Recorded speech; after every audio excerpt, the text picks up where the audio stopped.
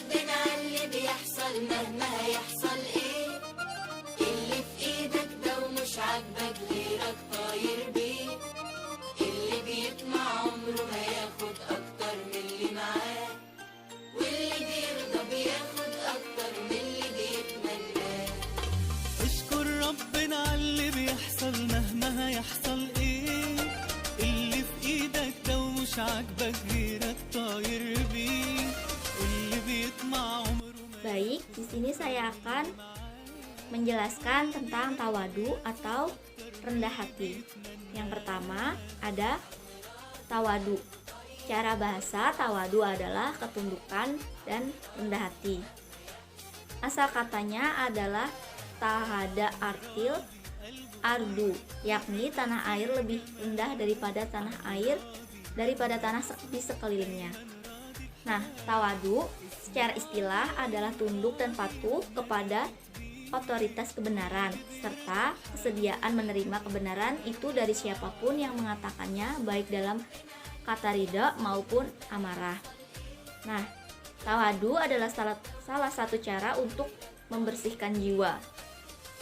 Karena lawan dari sombong atau tinggi hati adalah tawadu atau rendah hati.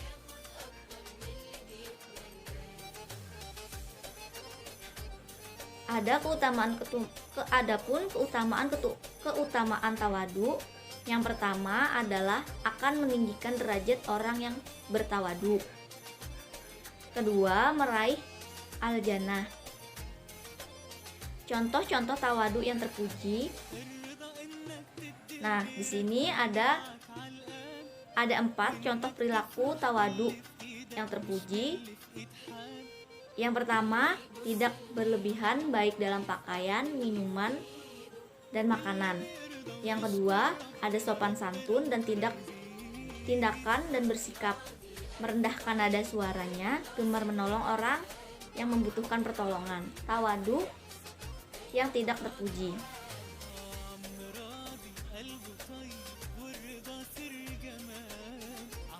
Nah, manfaat tawadu yang pertama adalah salah satu jalan yang akan menghantarkan pada surga.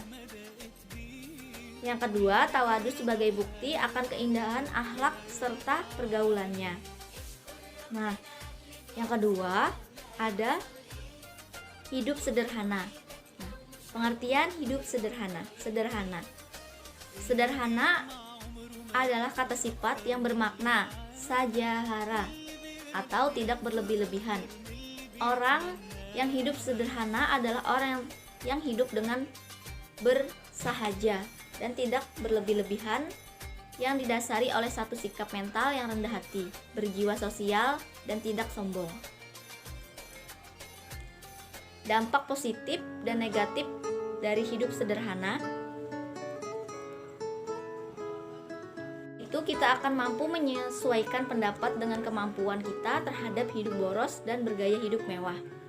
Dampak negatifnya adalah positif. Pola hidup sederhana kita akan dikira pelit oleh orang-orang di sekitar. Unsur-unsur hidup sederhana: tidak mengadakan kegiatan yang kurang perlu dengan biaya mahal.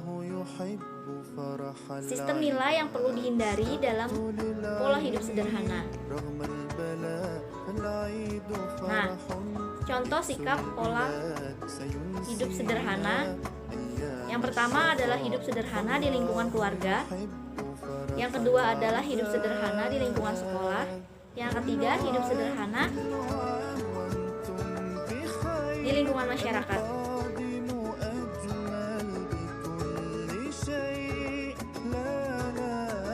Bisa dari kelompok 2 ingin menjelaskan pendidikan agama SD yang ada di kelas 2 mengenai tata cara wudhu. Wudhu merupakan salah satu syarat sah sholat. Jika wudhu tidak betul, maka sholat tidak sah. Sedangkan sholat merupakan salah satu rukun Islam yang wajib kita kerjakan. Wudhu memiliki 6 rukun atau fardu wudhu. Tidak sah wudhu jika salah satu atau lebih dari rukun tidak dikerjakan dengan baik. Rukun-rukun wudhu tersebut adalah: yang pertama, niat untuk mengerjakan wudhu. Niat itu letaknya di dalam hati ketika mulai membasuh wajah. Yang sunnah untuk melafazkan niat ketika akan memulai wudhu. Dan adapun lafaz niat yaitu nawaitu wudu'a yarfa'il hadathil asghari fardhan lillahi ta'ala, yang artinya adalah aku niat berwudu untuk menghilangkan hadat kecil fardu karena Allah Ta'ala. Dan yang kedua, membasuh seluruh wajah, yakni antara tempat tumbuh rambut yang wajar hingga ke bawah janggut atau dagu, lalu yang melintang antara dua telinga. Demikian adalah batas sah membasuh wajah. Lalu yang ketiga, membasuh kedua tangan hingga siku, dari ujung tangan hingga ke siku, baik itu yang kanan maupun yang kiri. Dan yang keempat, menyapu kepala, menyapu sebagian kepala di dalam mazhab Imam Syafi'i, dan menyapu seluruh kepala pada mazhab Imam Maliki, dan menyapu 1/4 kepala pada Imam Ahmad bin Hanbali. Yang kelima yaitu membasuh kedua kaki hingga mata kaki. Dan yang terakhir atau yang keenam, wajib tertib atau berurutan. Yang maksudnya adalah mendahulukan anggota wudhu yang seharusnya didahulukan dan mengakhiri yang seharusnya diakhiri.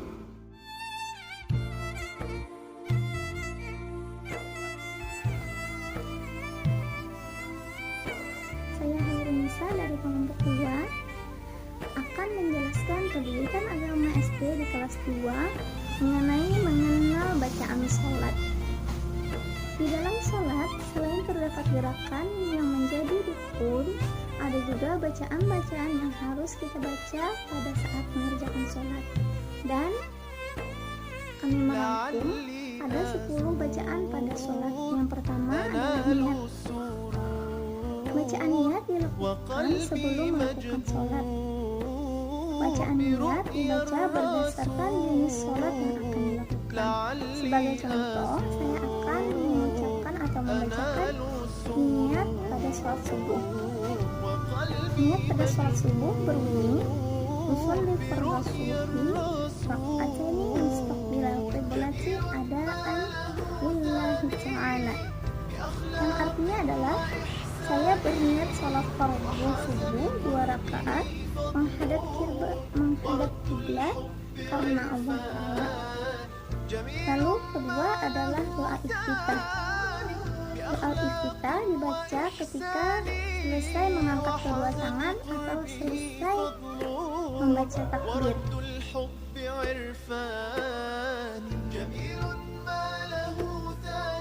Dan yang ketiga, Al-Fatihah. Setelah membaca doa iftitah, bacaan selanjutnya yaitu membaca surah Al-Fatihah. Lalu yang ketiga, doa atau tasbih ketika ruku. Bacaan sholat selanjutnya yaitu terletak pada ruku. Bacaan tersebut atau tasbih tersebut adalah Subhanallah Rabbiyal Azimi wa bihamdi sebanyak 3 kali, yang artinya Maha suci Tuhan yang Maha Agung serta memujilah aku kepadanya. Lalu bacaan kelima terdapat pada i'tidal atau bangkit dari ruku seraya mengangkat kedua tangan dan membaca Sami'allahu liman hamidah, dan dilanjutkan setelah berdiri dengan tegak dengan membaca Rabbana lakal hamdu mil'us samawati wa mil'u ma syi'ta min syai'in ba'du, yang artinya adalah ya Allah ya Tuhan kami, bagimu segala puji seluruh langit dan bumi dan sepenuh sesuatu yang engkau kehendaki sesudah itu. Dan yang keenam, bacaan sujud. Bacaan sujud berbunyi Subhana Rabbiyal A'la wa bihamdi sebanyak 3 kali, yang artinya Maha suci Tuhan yang Maha tinggi serta memujilah aku kepadanya. Dan yang ketujuh adalah duduk bacaan ketika duduk di antara 2 sujud. Bacaan tersebut adalah Rabbil firli warhamni wajburni warfa'ni wahdini wa'afini wa'fu anni, yang artinya adalah ya Allah, ampunilah dosaku, belas kasihanilah aku, cukupkanlah segala kekurangan dan angkatlah derajatku, berikan rezeki kepadaku, berikan aku petunjuk, berikan kesehatan kepadaku, dan berilah ampunan kepadaku. Dan bacaan yang ke-9, tasyahud awal. Tasyahud awal dilakukan pada rakaat kedua setelah sujud yang kedua ketika sholat memiliki 4 rakaat. Dan yang ke-9, tasyahud akhir, yaitu dilakukan pada rakaat terakhir pada sholat.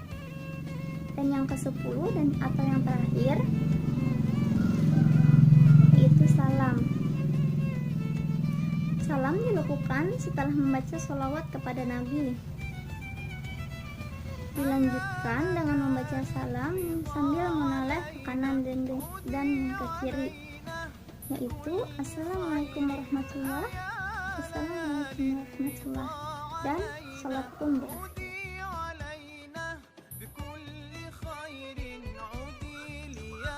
Assalamualaikum warahmatullahi wabarakatuh. Selamat pagi anak-anak. Sebelum memulai pelajaran, marilah kita berdoa menurut agama dan kepercayaan masing-masing. Berdoa mulai. Berdoa selesai. Baiklah anak-anak, di sini Bapak akan memberikan materi baru. Ada yang tahu materi yang akan Bapak berikan sekarang ini? Oh, tidak ada yang tahu ya. Baiklah, Bapak sekarang akan memberikan materi tentang Asmaul Husna. Apakah kalian tahu tentang Asmaul Husna? Oh, Asmaul Husna itu adalah nama Allah yang baik. Ada yang tahu berapa jumlah Asmaul Husna? Ya, benar, jumlahnya 99. Jadi, Asmaul Husna adalah nama Allah yang baik yang berjumlah 99.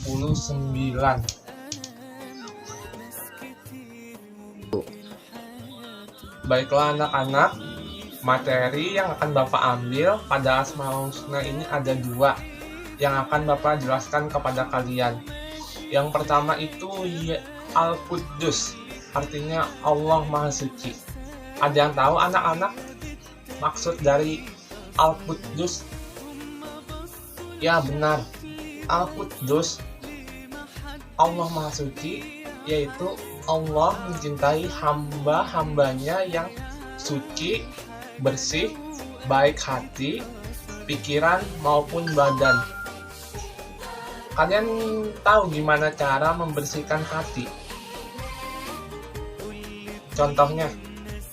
Ya benar, membersihkan hati itu cukup gampang ya anak-anak, dan sering dilakukan semua orang. Caranya itu dengan berzikir.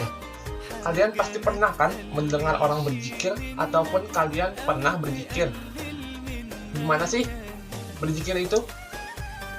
Ya, berzikir itu dengan mengucap Subhanallah walhamdulillah wala ilaha illallah wallahu akbar.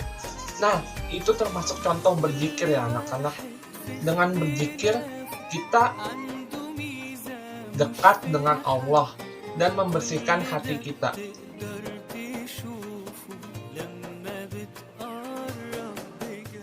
Assalamualaikum warahmatullahi wabarakatuh. Perkenalkan, nama saya Muhammad Rafi'i, ingin menjelaskan materi tentang adab membuang air besar dan buang air kecil. Sesudah menjadi hukum alam, karena manusia membutuhkan asupan nutrisi dan gizi untuk tubuh, maka manusia maka manusia pasti membutuhkan makanan ataupun minuman.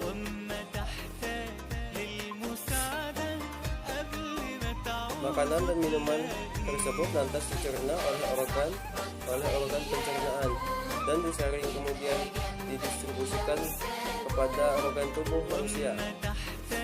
Beberapa adab orang membuang hajat. 1. Menghindari menghadap kiblat ataupun membelakanginya ketika ia membuang hajat. Yang kedua, menghindari membuang hajat di air yang tergenang.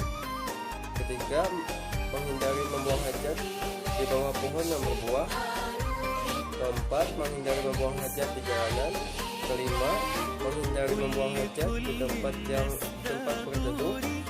Keenam, menghindari membuang hajat di lubang.